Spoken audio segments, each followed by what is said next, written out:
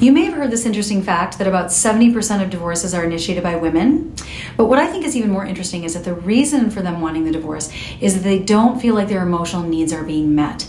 And even in marriages where there's no conflict, there's no abuse, there's nothing egregious happening, the pain of not feeling emotionally connected is so great that it's a relief for them to end the marriage, which I think is tragic. A super big reason for this is that I think couples don't realize that what they believe is a communication problem or what they believe is a compatibility issue is just the symptom of not having their emotional needs met. And this applies to both men and women, by the way. So for this video, I'm going to share with you the signs that your emotional needs are not being met and how you can fix that.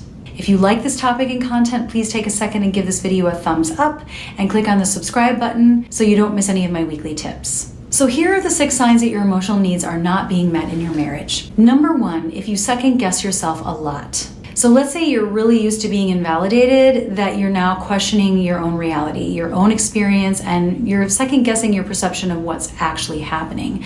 If that's the case, then you're in a marriage that's not emotionally safe. You may feel a little bit crazy, especially if you're with a narcissist, but even just in a relationship with somebody who struggles with their own emotions because they can't really hear yours if they don't know their own. Or let's say they suffer from feelings of inadequacy, they're going to take your emotions so personally that they won't be able to hear them without getting defensive. They may really love you, they may really care about you, but those inner struggles, which are not your fault and they're not on your side of the street, they're going to block them from feeling emotionally connected to you and vice versa. Number 2, a huge sign that your emotional needs are not being met in your marriage is that you often feel misunderstood. So you don't really feel like they get what you mean a lot of the time. And not just because they're genuinely confused, but because they seem committed to misunderstanding you. In this case, you feel like you have to fight against a negative narrative of you if you bring something up. Or when you share your feelings, you have to defend, you have to explain, you have to work really hard to feel like they're going to get it. And even then, they might not. In this case, you probably just are longing for some empathy and you just want to feel heard. Now, this feeling of being misunderstood leads to the third thing that happens in an emotionally disconnected marriage, and that's fear.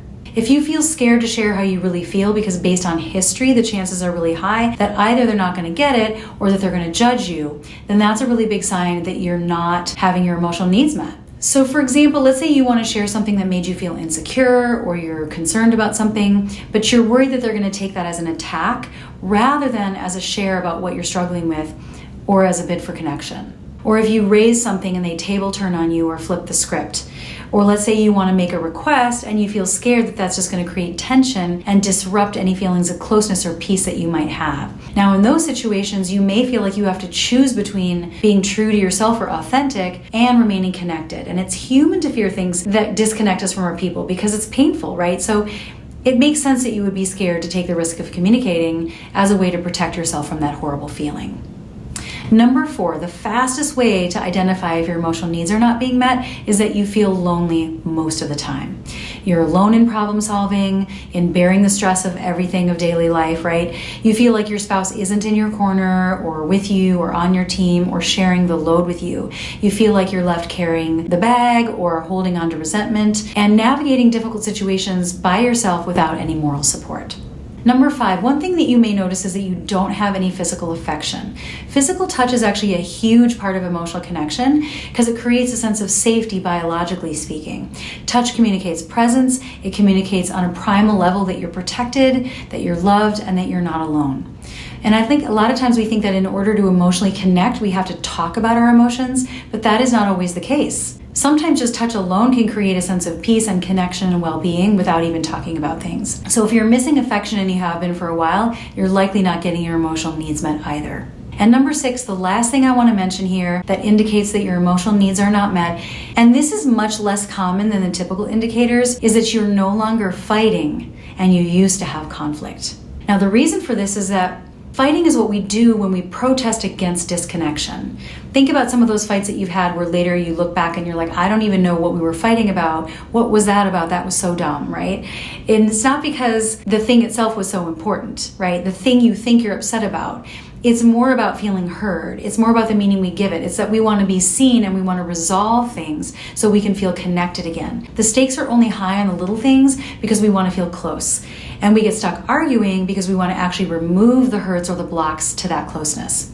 So if your spouse has stopped fighting for the things they need, or if they're just keeping things to themselves more, That might mean more peace for you in the short term, but never engaging in any conflict is a sign that you're in the danger zone of disconnection and you're at high risk of moving into parallel lives, which is a huge predictor for divorce. So how do we fix this? How do we get our emotional needs met in our marriage?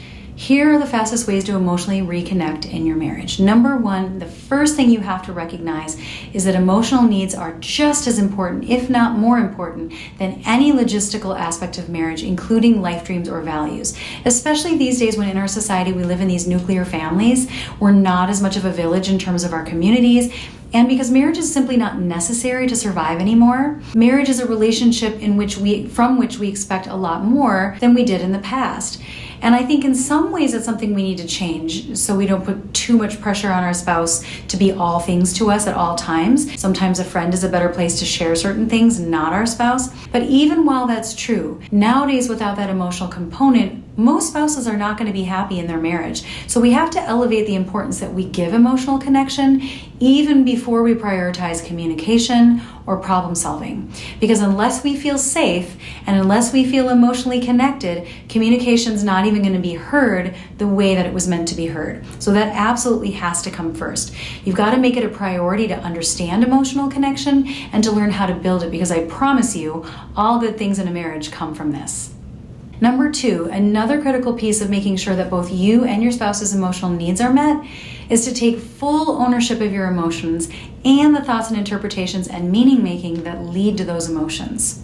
The reason I say this is because sometimes we make our spouse responsible for our emotions that are really actually remnants of things that are unhealed inside of us. So we have to own our own triggers, our own wounding, and any cognitive distortions that we have, or any projection that we do onto our spouse first. Because only with that level of self-awareness are we going to be able to share vulnerably, to be heard, and to feel connected in a healthy way that's not codependent and that's not disempowered.